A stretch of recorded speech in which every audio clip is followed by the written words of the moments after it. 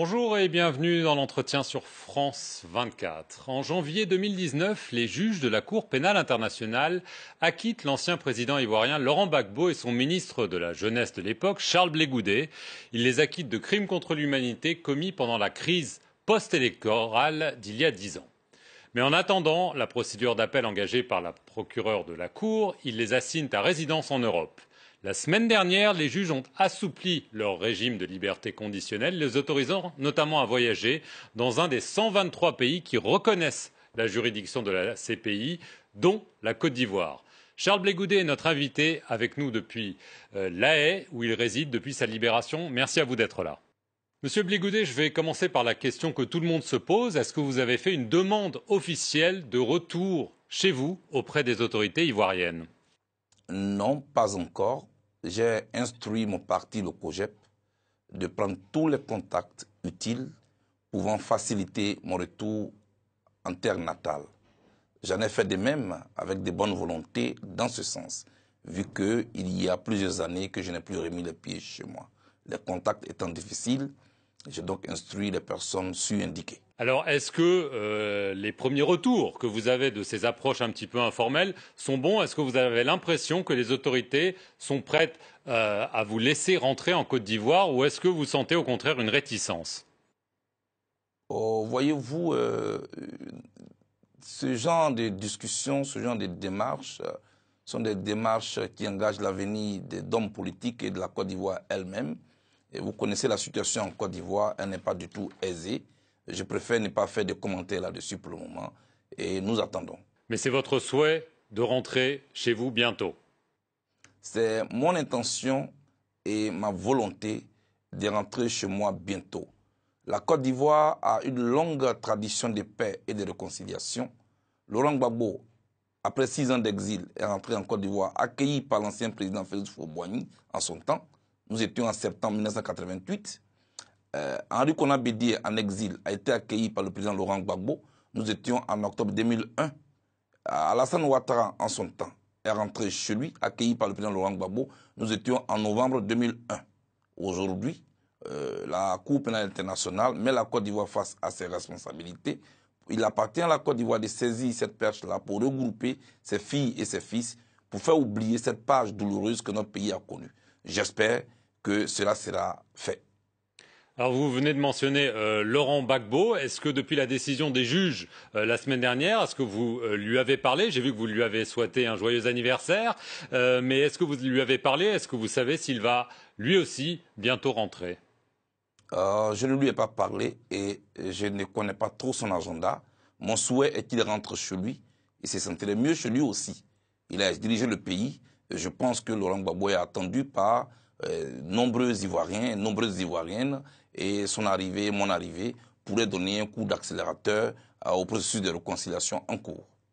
Alors, le problème, c'est que vous n'êtes pas seulement attendu peut-être par les Ivoiriens, mais vous êtes tous les deux visiblement attendus par la justice ivoirienne. Vous avez tous les deux été condamnés par contumace à 20 ans de prison dans 2 affaires différentes. Vous, il s'agit d'actes de torture, d'homicide volontaire et de viol. Est-ce que, si vous rentrez, vous n'allez pas, si je puis utiliser l'expression, vous jeter dans la gueule du loup et être immédiatement arrêté? Il n'y a pas de loup en Côte d'Ivoire. Il y a des Ivoiriens en Côte d'Ivoire, le peuple notamment. Il y a des autorités ivoiriennes qui comprendront que chaque chose en son temps. Il y a un temps pour se battre, il y a un temps pour parler paix. Et je pense que je ne crois pas qu'il y ait de loup en Côte d'Ivoire. Alors j'ai bon espoir parce que le président Alassane Ouattara en son temps avait un mandat d'arrêt contre lui. Et il est rentré en Côte d'Ivoire, accueilli par les autorités ivoiriennes. Idem pour le président Henri Konan Bédié. Je pense que nous comprendrons, nous tous, que notre pays a besoin que nous nous réunissions autour de ce pays qui a plus que jamais besoin de passer à autre chose. Mais il s'agit quand même d'accusations très graves. La justice ne doit-elle pas passer? Enfin, on parle quand même de choses très graves, là. La justice est déjà passée, d'autant plus que c'est la Cour pénale internationale qui m'a acquitté en janvier 2019, c'est la même Cour qui me permet aujourd'hui de rentrer chez moi. Et ce genre de chemin, parlant de justice, c'est un chemin long, un chemin lent. mais un chemin qui finit toujours par arriver donc à un terminus. Le terminus auquel nous devons arriver sur le chemin de la paix. Moi, je pense que j'ai bon espoir que tous nous comprendrons que le temps est arrivé pour qu'on tourne cette page. Alors, on a vu un autre homme politique avoir des démêlés avec la justice ivoirienne, Guillaume Soro. Il s'est déclaré candidat à la prochaine élection qui doit se tenir d'ici quelques mois. Il n'a pas pu rentrer. Il y a dorénavant des procédures contre lui.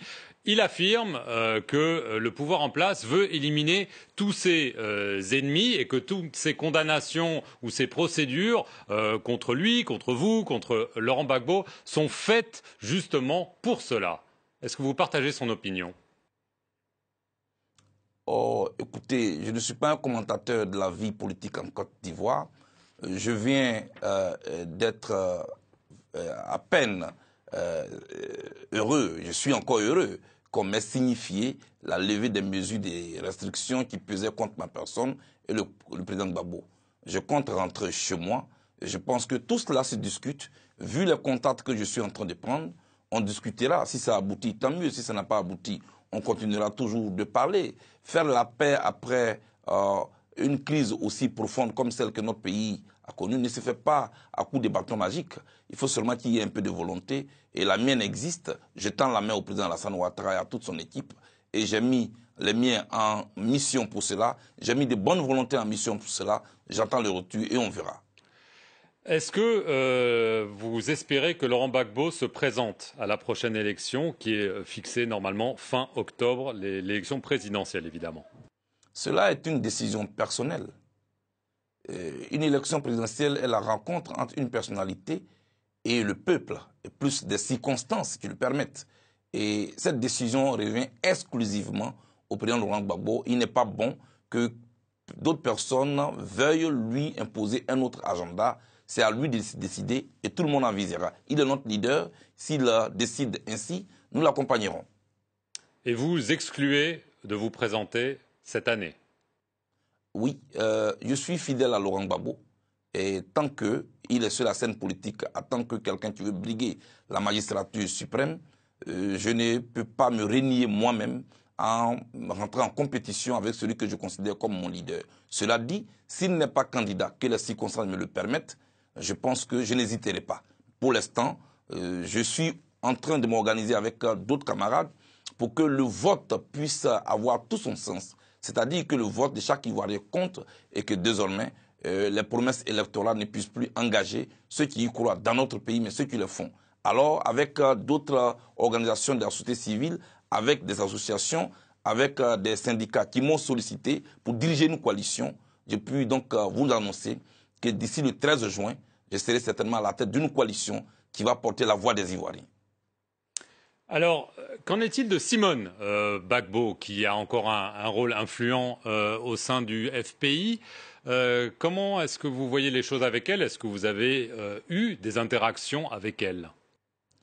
Oui, je parle avec Simone, Madame la Première Dame en son temps. Je parle avec elle et je la soutiens dans toutes ces actions qu'elle mène en ce moment, notamment des actions de paix et de réconciliation. C'est le genre de dame politique dont la Côte d'Ivoire et l'Afrique ont besoin. C'est une dame qui nous inspire, nous, jeunes gens, parce que des gens de valeur comme elle soient encore sur la scène politique, c'est une chance que nous devons saisir. Maintenant, est-ce qu'elle veut briguer la magistrature suprême? Cette décision lui revient exclusivement. Je ne peux pas lui imposer un agenda comme il l'a dit tantôt. Mais est-ce que vous le souhaiteriez, par exemple? Est-ce que vous considéreriez qu'elle serait une bonne candidate? Simone Gbagbo est une femme politique. Elle a passé toute sa vie dans la politique et sur l'arène politique. Elle a été députée. Elle n'a pas seulement été une première dame du genre « sois belle et tais-toi ». C'est une femme d'action et de réflexion. Si elle est ça même, malheureusement, ce n'est pas mon souhait qui compte ici, c'est sa décision à elle qui compte. Diriger un pays, ce n'est pas le souhait des autres. C'est d'abord elle qui décide selon ses capacités, selon ses ambitions. Ensuite, elle sollicite des associations ou des leaders d'opinion qui pourraient donc l'accompagner. En ce qui me concerne, je suis à l'écoute, mais c'est une dame pour laquelle j'ai beaucoup d'admiration et qui, pour moi, est une chance pour la Côte d'Ivoire et pour l'Afrique. Dernière question, Charles Blé Goudet. Vous avez donc annoncé la création d'une coalition d'ici le 13 juin. On a vu que le FPI donc de Laurent Gbagbo s'est allié avec le PDCI d'Henri Konan Bédié. Ils ont annoncé qu'ils allaient faire campagne ensemble. Est-ce que vous êtes prêts à les rejoindre dans ce nouveau type d'alliance ou est-ce que vous pensez que ce n'est pas une bonne stratégie? Je n'ai pas de commentaires outre mesure à faire concernant une alliance entre deux formations politiques qui jugent, en tout cas en toute conscience, que c'est le moment de s'allier. Mais en ce qui me concerne, je n'ai pas encore été invité dans cette alliance-là. Moi, je suis plutôt préoccupé à répondre à l'appel que mes amis m'ont lancé de diriger une coalition avec la société civile, avec des syndicats, pour qu'on puisse prendre en compte le vote des Ivoiriens, qu'on puisse plus faire des promesses aux Ivoiriens et ensuite revenir 5 ans plus tard. Je salue la coalition et le rapprochement entre le PDCI-RDA et le FPI, mais ces deux partis sont responsables de ce qu'ils font. Je n'y ai pas encore été invité et je n'ai pas de commentaires à faire. Très bien, je vous remercie beaucoup Charles Blé Goudet d'avoir été sur France 24 depuis La Haye et merci à vous d'avoir suivi cet entretien sur notre antenne. Restez-y pour plus d'informations.